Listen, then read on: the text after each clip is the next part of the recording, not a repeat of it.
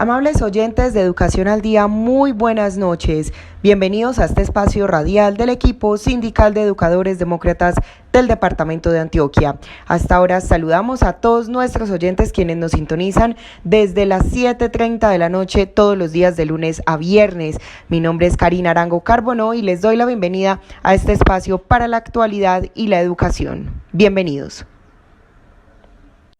Iniciamos nuestro programa Educación al Día la noche de hoy contándoles que se llevó a cabo el día de hoy la reunión de Junta Nacional de FECODE.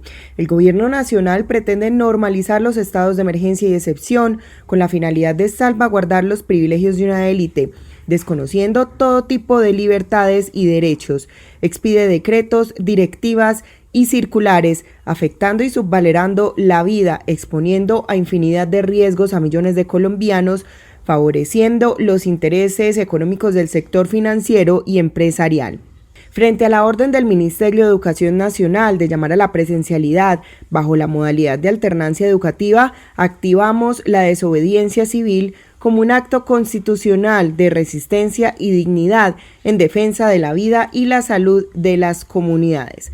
Conforme a lo acordado en el pasado pleno de presidentes, se convocó una Junta Nacional Virtual para el día de hoy, 4 de agosto, por la plataforma Zoom, en la que se abordarán temas como el informe del Comité Nacional de Paro, CUT y FECODE, informe general de las regiones, balance de la Jornada Nacional en Defensa de la Vida, estrategias frente a la desobediencia civil y agenda nacional de movilización.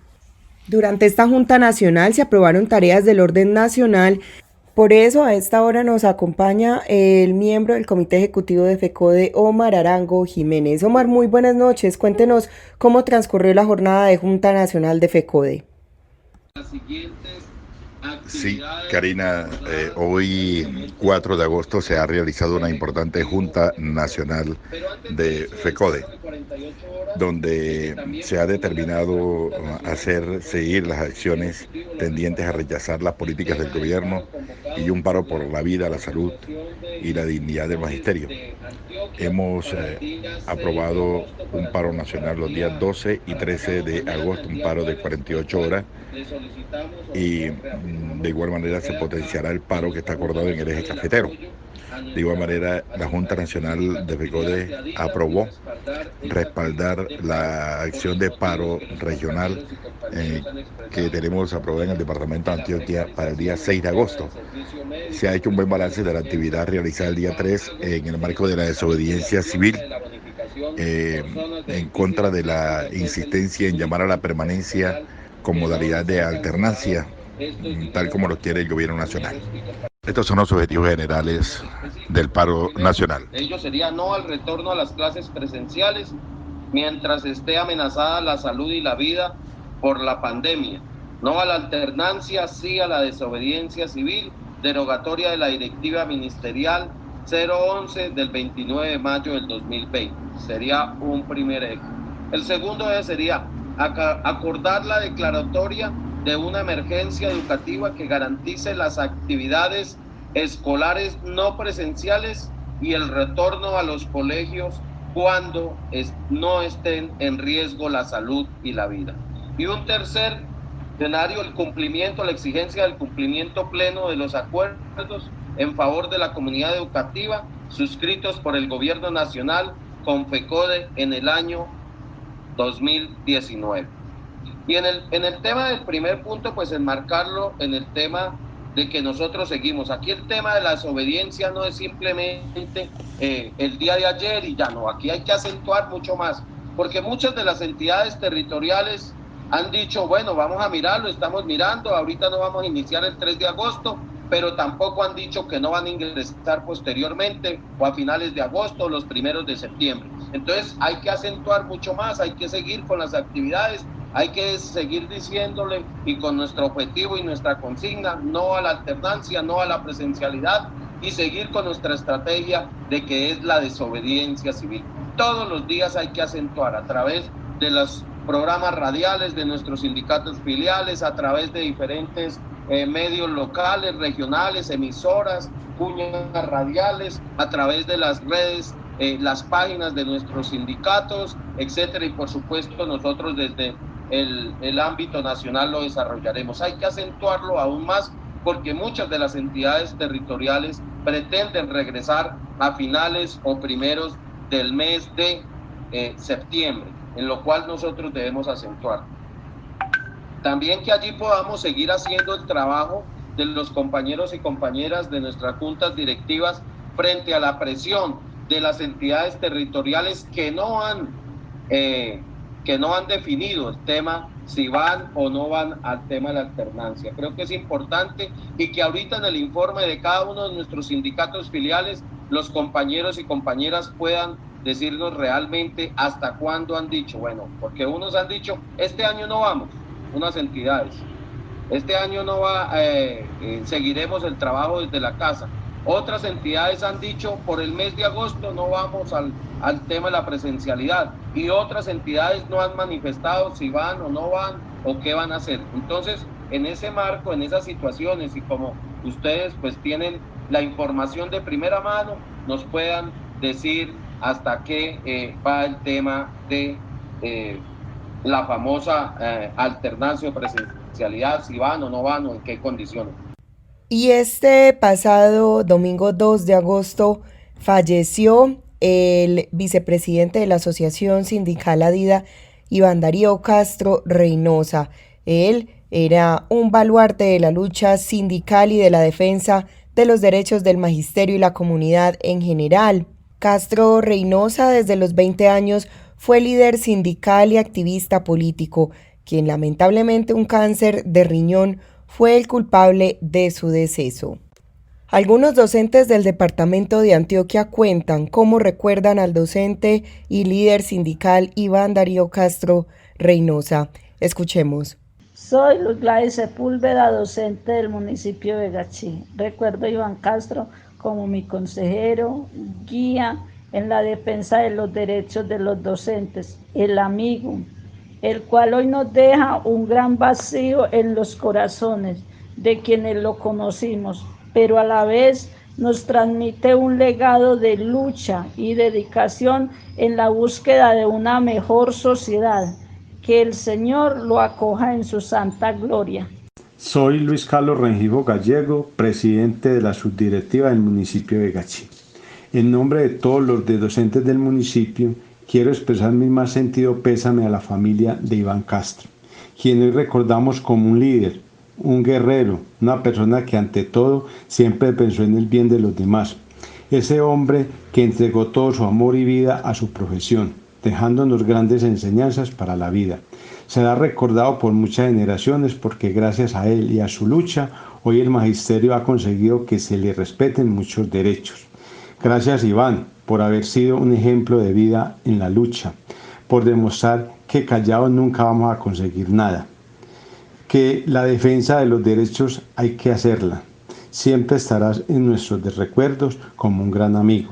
Que Dios Todopoderoso te tenga en su santa gloria. Amén.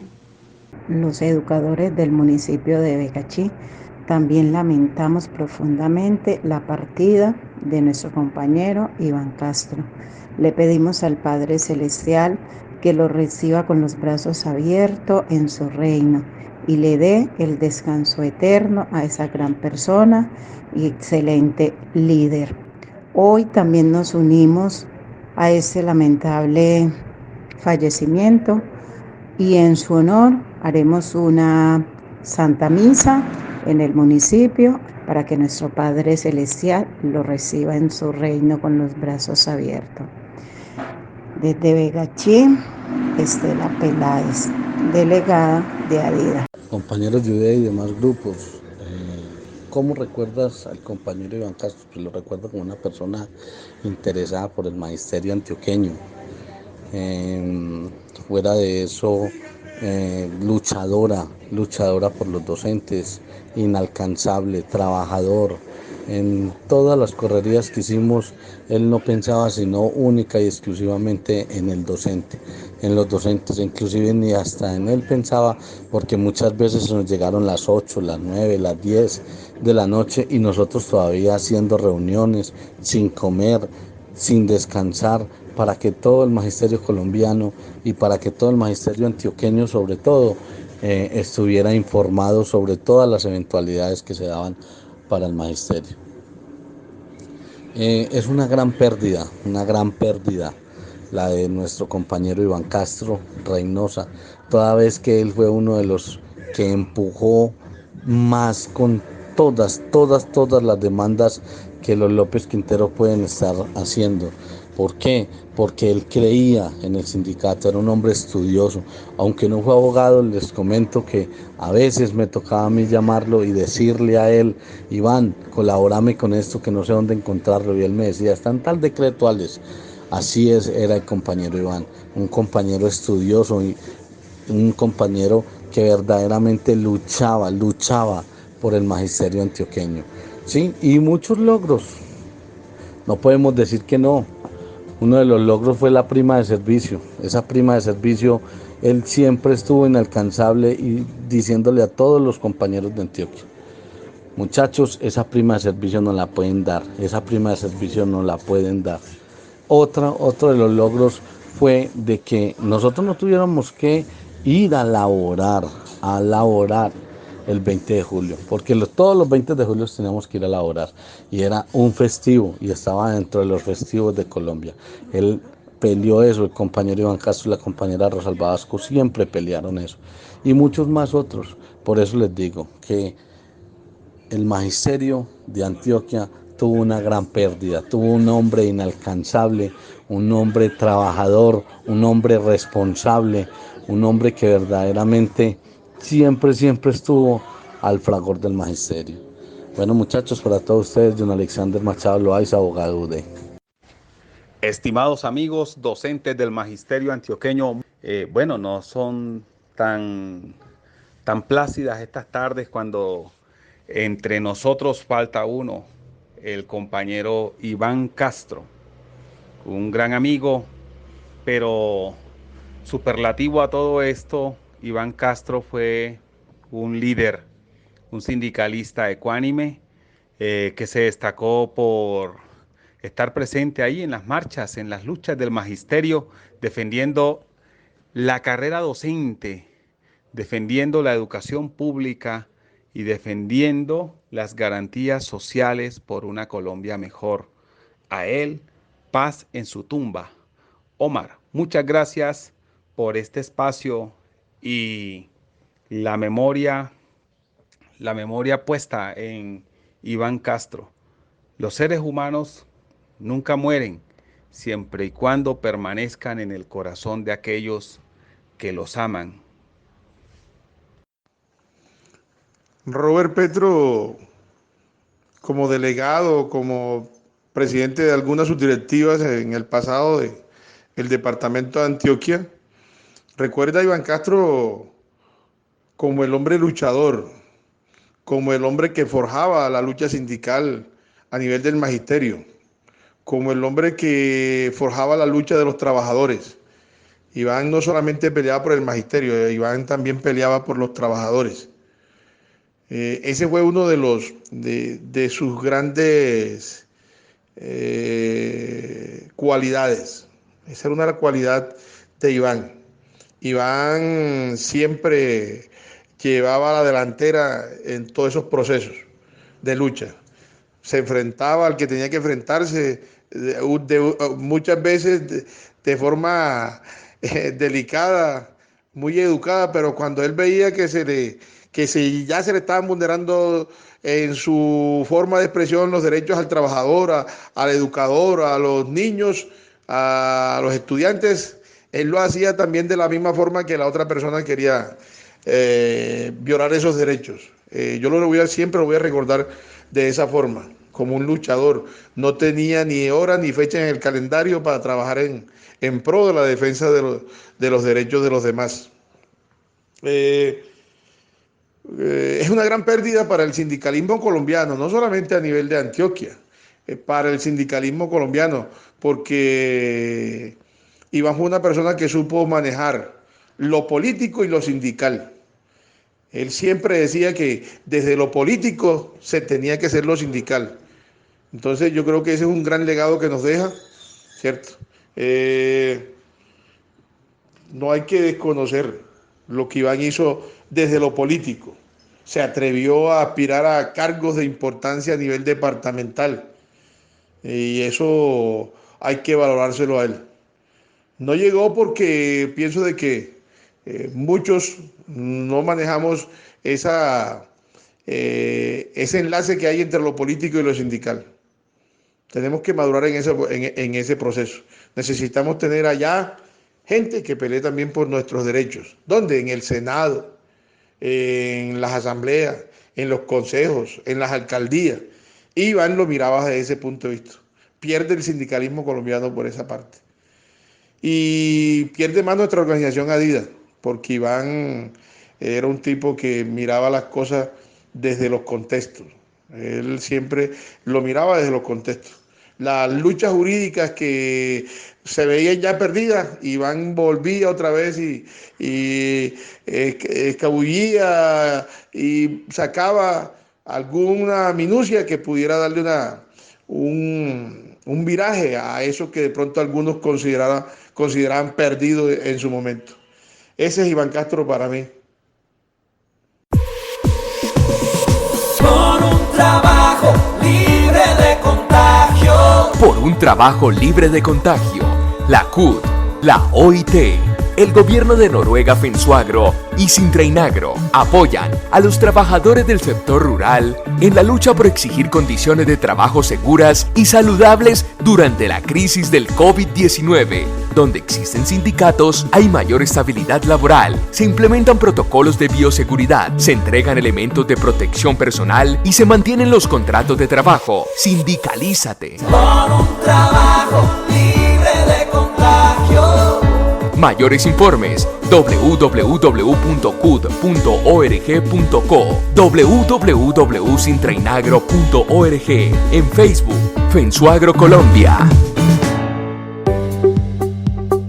Atención docente. Atención docente. No lo piense más. Curse ya su maestría y mejore sus condiciones salariales y profesionales. Lorenza Morales y Alma Mater te ofrecen maestrías con alta calidad académica y reconocimiento del Ministerio de Educación. En Alma Mater te ofrecemos maestría con 1 año de duración sin requisito de inglés, descuentos especiales hasta del 50%, cómodas formas de pago y mediante cesantías. En Alma Mater puedes escoger tu maestría en el área más afín a tu perfil de formación académica. Maestrías en español, matemáticas, tecnología, neuropsicología y psicopedagogía, en educación especial e inclusiva, en dirección de centros educativos y educación temprana. Comunícate con Lorenza Morales y Alma Mater y realiza ya tus soñados estudios en maestría. Teléfonos 302-349-9543, 302-349-9543. Teléfono fijo 448-9727, 448-9727. Oficinas, calle 10, número 4245, edificio Plaza Poblado, Medellín. Apreciado educador, en Alma Mater te orientamos, te acompañamos y te asistimos.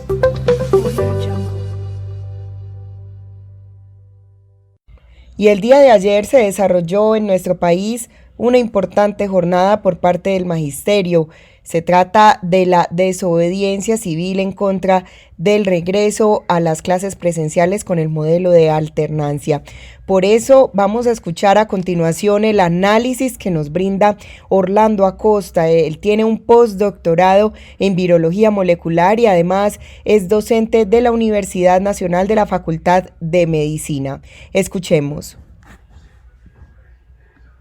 Bien, a propósito de ese tema que se conoce de forma genérica como la dinámica de la pandemia, es importante indicar que tiene varios componentes, todos ellos relacionados con una variable que es el tiempo, cómo se comporta la pandemia a través del tiempo.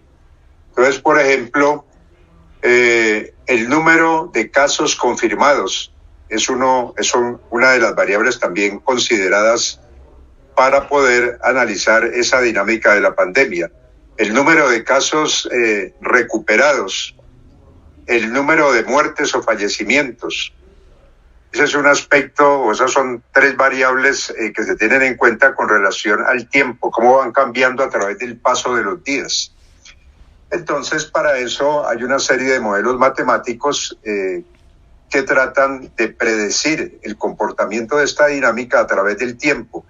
Para ello usan unos datos iniciales que pueden corresponder a casos reales, por ejemplo, a valores reales, número de casos confirmados, para colocar un ejemplo concreto, y se proyecta a través del tiempo a qué niveles se podría llegar. Entonces, de esa manera se hace la predicción y se usan una serie de supuestos. Al ser supuestos, dependiendo del valor que le demos a ellos, podemos tener predicciones diferentes.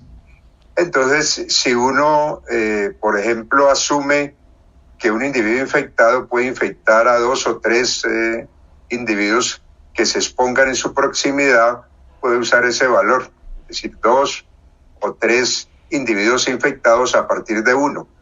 También se considera el tiempo durante el cual un infectado permanece infeccioso.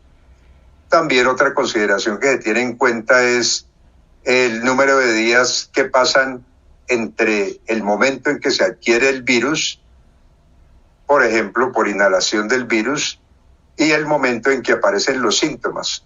Entonces, teniendo toda esta cantidad de datos y de supuestos, entonces se proyecta el comportamiento de la curva. Luego, con relación a esa proyección, se va viendo ya los casos reales, el comportamiento real, qué tan lejos está de esa proyección. Entonces allí se puede llegar a conclusiones variadas. Por ejemplo, la que ustedes bien conocen, que se está aplanando la curva, se usa esa expresión, o que no se está aplanando. Entonces eso hay que tenerlo en cuenta. La proyección que se hace en términos teóricos y la realidad. Ahora, pero todo esto va dirigido a que estas predicciones que se hacen o estos pronósticos, pues va dirigido a que hay unos servicios hospitalarios que no deben ser superados para evitar que se presente una crisis y se llegue al punto en que haya que decidir quién se salva o quién se muere en una unidad de cuidados intensivos, por ejemplo. Entonces, este propósito de tener el número de hospitalizados y desde luego de muertes por debajo de un determinado límite, para que no supere los recursos hospitalarios disponibles, tanto en términos físicos como humanos, se conecta con la actividad económica. Entonces, algunas autoridades, llámense presidente de la República, gobernadores, alcaldes, entonces en la medida en que tengan disponibles, por decir, un número determinado de camas de cuidado intensivo, a veces toman la decisión de abrir algunos sectores de la economía, asumiendo que el número de hospitalizados no va a superar esa capacidad disponible. Entonces, ese es uno de los propósitos y la importancia de ir siguiendo el comportamiento de la curva. Entonces, en concreto, en el momento la pregunta es ¿cuándo llegaremos a ese punto máximo en el no en el acumulado de casos positivos confirmados, sino cuándo llegaremos a ese punto en que a partir de él cada día la velocidad de crecimiento o acumulación de casos vaya decreciendo? Es decir, si lo comparamos con una montaña, ¿cuándo llegamos a la cima y cuándo empezamos a descender? Entonces, si ustedes miran, por ejemplo, a mediados de mayo de este año, cuando la Universidad de Washington predijo que en Colombia alrededor del 4 de agosto habría como máximo 5.000 muertes, entonces vemos que se ha superado. Estamos en 10.673 muertes, es decir, el número de fallecidos acumulado, y estamos con casos confirmados alrededor de 367.000. O sea que, por ejemplo, con relación a esa predicción de la Universidad de Washington, tenemos que indicar que esa predicción quedó por debajo de la realidad que estamos viendo. Ahora, Pero la pregunta es, ¿los casos confirmados corresponden al número real de infectados? No, desde luego. O sea que el número de infectados es mayor y en la medida en que se hagan más pruebas por millón de habitantes, se podría ir aproximando a ese número total que tiene una gran incertidumbre.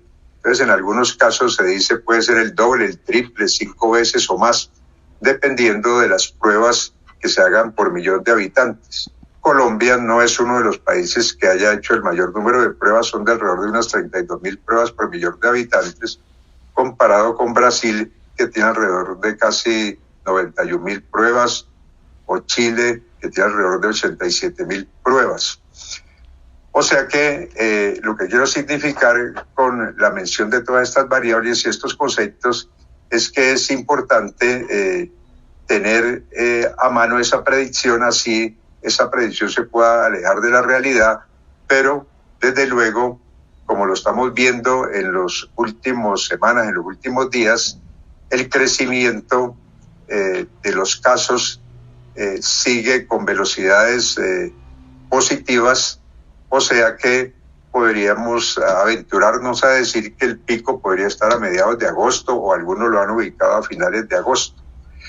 Ahora, ¿esto qué relación tiene con la reactivación o reapertura de las escuelas y colegios? Que pues es obvio que sería inapropiado, inconveniente, atentatorio contra la vida y la salud, tratar de reactivar de forma presencial o por alternancia las actividades presenciales en las escuelas y colegios, porque sería una oportunidad para mayor contacto entre individuos, entre jóvenes y niños y profesores, y a su vez los niños en sus casas con sus padres y familiares.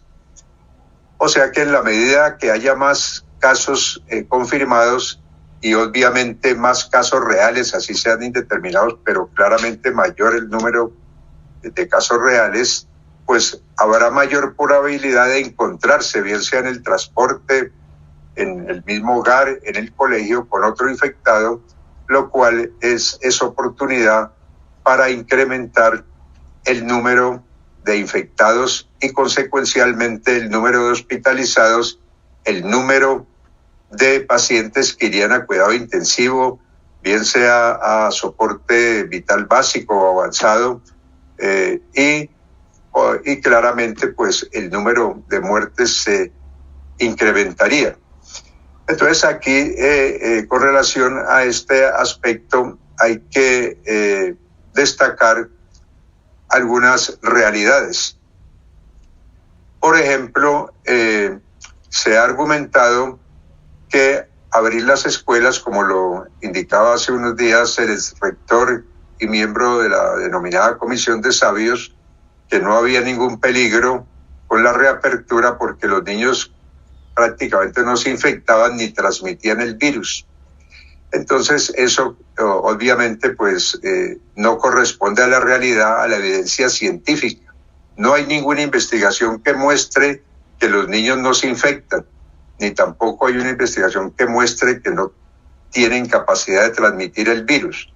Cosa distinta es que hay algunos estudios que señalan que los niños son un poco menos eficientes para transmitir el virus a los mayores y que, como ha sido ampliamente publicitado, cuando los niños son infectados, los síntomas son casi imperceptibles, son suaves o muy leves o ligeramente moderados. O sea que eso es un aspecto que hay que tener en cuenta. Y si lo miramos ya con relación a investigaciones concretas al respecto, pues varias de ellas lo que indican es que no hay una demostración que los niños no se infecten y tampoco hay demostración que los niños no transmitan el virus. Entonces podríamos señalar algunos ejemplos concretos. Se ha publicitado una investigación en Corea del Sur con más de 65,000 participantes, demostrativa de que los jóvenes o niños entre 10 y 19 años transmiten el virus con la misma eficiencia que lo hacen los adultos. O sea que eso lo que advierte es que el riesgo de ser infectado por un niño o un joven entre 10 y 19 años es igual a que si estuviéramos en contacto con un adulto. Igualmente hay otra serie de estudios que indican, por ejemplo, en China, que los niños tienen la probabilidad de infectarse a veces, de transmitir el virus en 1/3 de los casos comparado con los mayores. Pero también hay estudios que se han dirigido a determinar la cantidad de virus que portan tanto niños como adultos. Ahora, en ese caso, uno de los estudios más relevantes es el realizado en Alemania por uno de los virólogos más reconocidos en el mundo y en Alemania, desde luego, que indica que la carga viral, así denominada, la cantidad de virus que tienen los niños en muestras tomadas de su nariz y su garganta, que son cantidades de virus indistinguibles, o sea, similares entre los niños con síntomas y los adultos con síntomas, e igualmente en los niños aparentemente sin síntomas, pero positivos desde luego al virus. O sea que este hallazgo sugirió que la reapertura de las escuelas tendría riesgos en términos de la transmisión entre niños y de niños a profesores, por ejemplo. Ahora, de hecho, se encontró en Alemania que la transmisión entre niños aumentó cuando se reabrieron las escuelas, aunque la tasa o porcentaje de infectados entre los profesores se mantuvo constante. Ahora, hay otros estudios, por ejemplo, más recientes, uno publicado hace unos 3 días, que indica que en Estados Unidos, tomando muestras de las fosas nasales de niños, se encuentra que tienen una cantidad de virus que es del orden de 10 a 100 veces mayor que la que portan niños mayores de 5 años o adultos. Esto también sugiere que los niños tienen potencialidad de transmitir el virus, igual que los adultos, o aún más si lo consideramos con relación a la cantidad de virus físicamente presente en sus fosas nasales, medido en términos del material genético de ese virus detectado. Entonces, esto también ha causado preocupación con relación a la transmisibilidad del virus que podría tener lugar si se reabren las escuelas. Ahora, hay otro estudio de la Universidad de Granada, de hace más o menos un mes, que muestra que teniendo en un salón de clase, en un colegio, en una escuela, 20 estudiantes, en 2 días se suceden contactos cruzados del orden de 808. Y si se consideraran 3 días, es de alrededor de 1.500 contactos. Entonces, esto también es indicativo de los riesgos u oportunidades de la exposición en que se estaría, en medio de la exposición en que se estaría, si se reabren las escuelas. Ahora, con relación, volviendo al tema de si los niños son un poco menos eficientes que los adultos para transmitir el virus, es cierto. Pero vuelvo y enfatizo, no hay demostración de que no lo transmitan. Entonces, ¿cuál es la razón? Cuando se hace la pregunta de por qué son menos transmisores eficientes del virus. Entonces, una de las especulaciones al respecto es de que su baja estatura hace que cuando ellos tosan o estornuden, se dirijan las partículas al suelo y por su estatura más baja que los adultos, pues no estarían frente a la cavidad oral, a las fosas nasales o a los ojos de los adultos. Entonces, esto es una de las explicaciones. La otra explicación que se propone es la de que las exhalaciones de los niños son de una menor presión. entonces en las partículas virales, en las gotas de saliva, avanzarían una distancia mucho menor comparado con el caso de los adultos. Ahora, la transmisión, como ustedes han podido ver, la Organización Mundial de la Salud la fijó con una distancia protectora de 2 metros. Esto se criticó desde el principio, inclusive nosotros en la Universidad Nacional con varios físicos hicimos cálculos y retomamos también investigaciones previas sobre el virus de la gripa y mostramos claramente que el virus se pueda transmitir a distancia hasta de 8 o 10 metros si nos concentrábamos en la nube de pequeñas partículas que asciende y luego empiezan esas partículas a ascender a través del tiempo.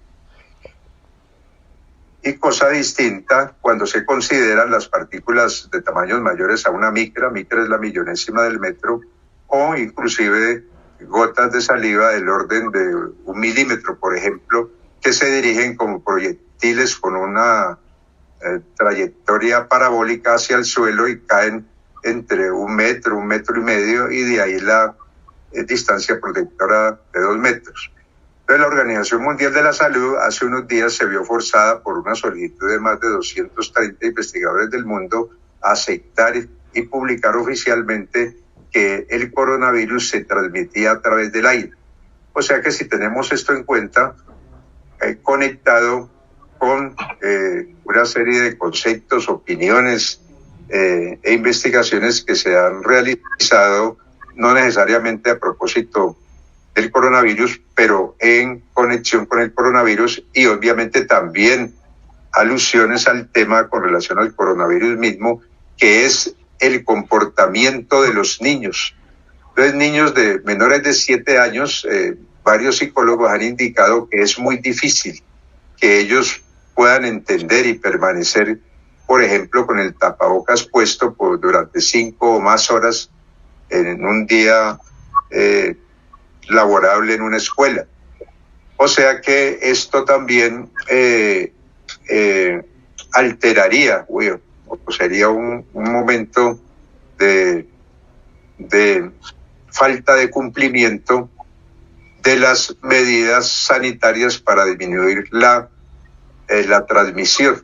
Es decir, es muy difícil llegar a un contrato de bioseguridad con un menor de 7 años o de 5 años. O sea que esto también preocupa de que las medidas sanitarias que ustedes han visto que ha fijado la Organización Mundial de la Salud y UNICEF, cuando lo miramos en la realidad física y humana en términos de infraestructura de nuestras escuelas y colegios, no se estaría cumpliendo, no se podría cumplir. Ustedes han visto en esas recomendaciones que se exigen una cantidad de condiciones relativas a la infraestructura física, a la infraestructura humana para atender los niños, hacer su seguimiento para poder determinar si están con fiebre o no están con fiebre, etcétera. Eso no lo tendríamos disponible en nuestro medio, más aún cuando en escuelas y colegios de sectores rurales no hay ni agua potable.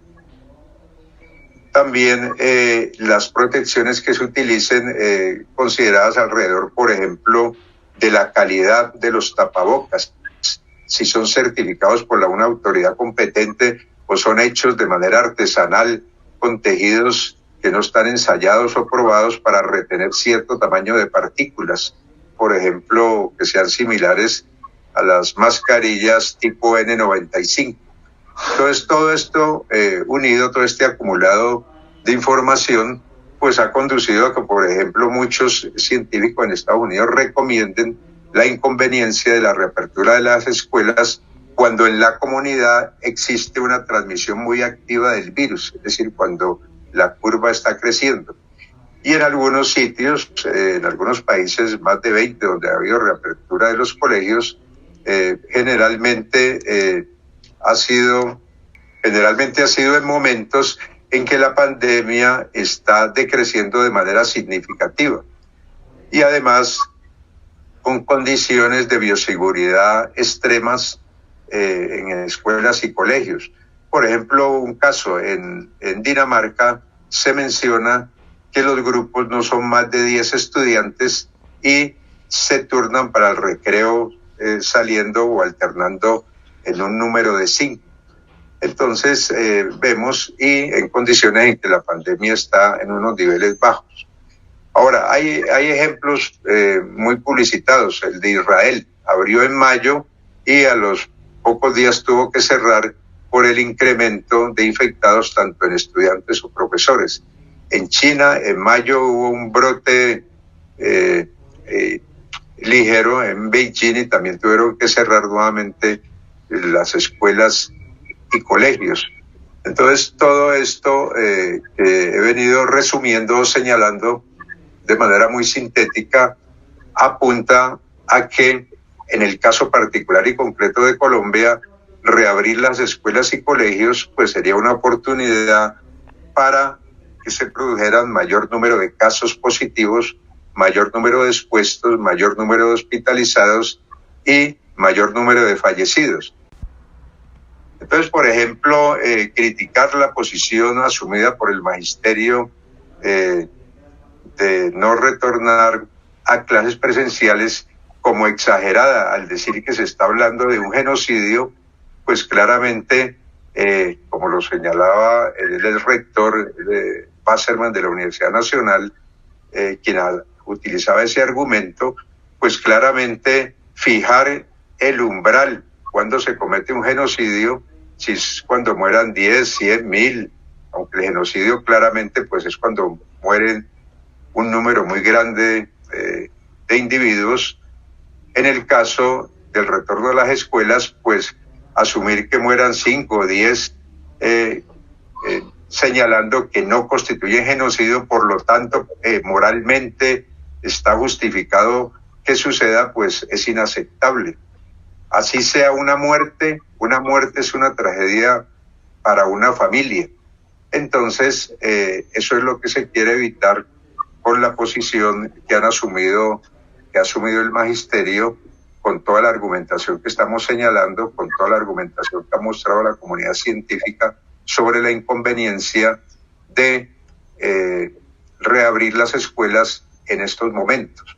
Entonces, no desde el punto de vista político, sino científico, yo me permitiría brindar apoyo a esa posición de desobediencia civil para hacerle frente a la política del gobierno de poner en gran riesgo a estudiantes, profesores y padres de familia en el evento de que se regrese a clases presenciales en medio de las actuales condiciones, es decir, en medio de la actual dinámica de la pandemia de COVID-19 por la cual estamos atravesando.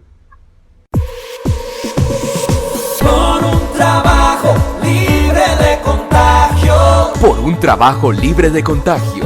La CUT, la OIT, el gobierno de Noruega Fenswagro y Sintreinagro apoyan a los trabajadores del sector rural en la lucha por exigir condiciones de trabajo seguras y saludables durante la crisis del COVID-19. Donde existen sindicatos, hay mayor estabilidad laboral, se implementan protocolos de bioseguridad, se entregan elementos de protección personal y se mantienen los contratos de trabajo. Sindicalízate. Por un trabajo libre de contagio. Mayores informes www.cud.org.co, www.sintreinagro.org, en Facebook, Fenswagro Colombia. Atención docente. Atención docente. No lo piense más. Curse ya su maestría y mejore sus condiciones salariales y profesionales. Lorenza Morales y Alma Mater te ofrecen maestrías con alta calidad académica y reconocimiento del Ministerio de Educación. En Alma Mater te ofrecemos maestría con 1 año de duración sin requisito de inglés, descuentos especiales hasta del 50%, cómodas formas de pago y mediante cesantías. En Alma Mater puedes escoger tu maestría en el área más afín a tu perfil de formación académica. Maestrías en español, matemáticas, tecnología, neuropsicología y psicopedagogía, en educación especial e inclusiva, en dirección de centros educativos y educación temprana. Comunícate con Lorenza Morales y Alma Mater y realiza ya tus soñados estudios en maestría. Teléfonos 302-349-9543. 302-349-9543. Teléfono fijo fijo 448-9727. 448-9727. Oficinas, calle 10, número 4245, edificio Plaza Poblado, Medellín. Apreciado educador, en Alma Mater te orientamos, te acompañamos y te asistimos.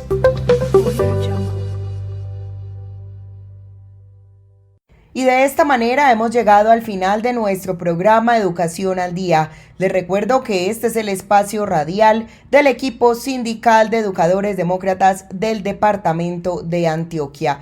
Recuerden que les habló Karina Arango Carbono. Que tengan todos una feliz noche.